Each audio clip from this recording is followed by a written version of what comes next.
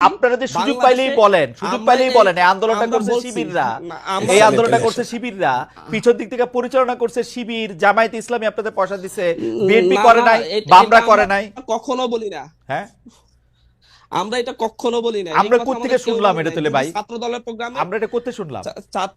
শিবিরের শিবিরের প্রোগ্রামে গিয়েছে, সেটা আপনি বলতে পারবেন যে হচ্ছে খালেদ মহিউদ্দিন ভাই এটা কোথা থেকে শুনেছে, সেটা খালেদ মহিউদ্দিন ভাই শুনবে, আমি এরকম শুনি নাই। আমরা দেখেছি ছাত্র শিবিরের প্রোগ্রামে গিয়ে বলেছে ছাত্র শিবির আমাদের আন্দোলনে সহযোগিতা করেছে। ছাত্র দলের প্রোগ্রামে গিয়েও আমরা বলি ছাত্র দল আমাদেরকে সহযোগিতা করেছে। বিএনপি কে বলি যে ওনারা আমাদের পাশে দাঁড়িয়েছে, তাই বলে কি পুরো আন্দোলন ওনাদেরকে ক্রেডিট তুলে দেওয়া হয়েছে?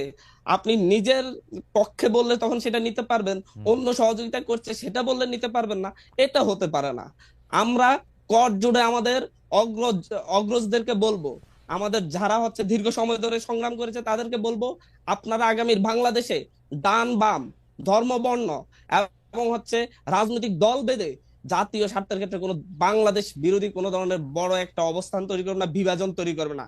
এই একটা বিভাজনের কারণেই, এরকম একটি বিভাজিত জাতিসত্তা তৈরি করেই আওয়ামী লীগ 16 বছর এদেশকে শাসন করেছে, শোষণ করেছে এবং বাংলাদেশের মসনদে বসেই শেখ হাসিনা ভারতীয় সকল এজেন্ডা বাস্তবায়ন করেছে। যদি তখনও যদি এই ধরনের বিভাজনের বিরুদ্ধে সকলে বুড়ো আঙ্গুল দেখাতো, তাহলে এটা সম্ভব হতো না। আপনারা আমরা এর জন্য আপনারা কি এই বিভাজনের বিরুদ্ধে আপনারা কি বিভাজনের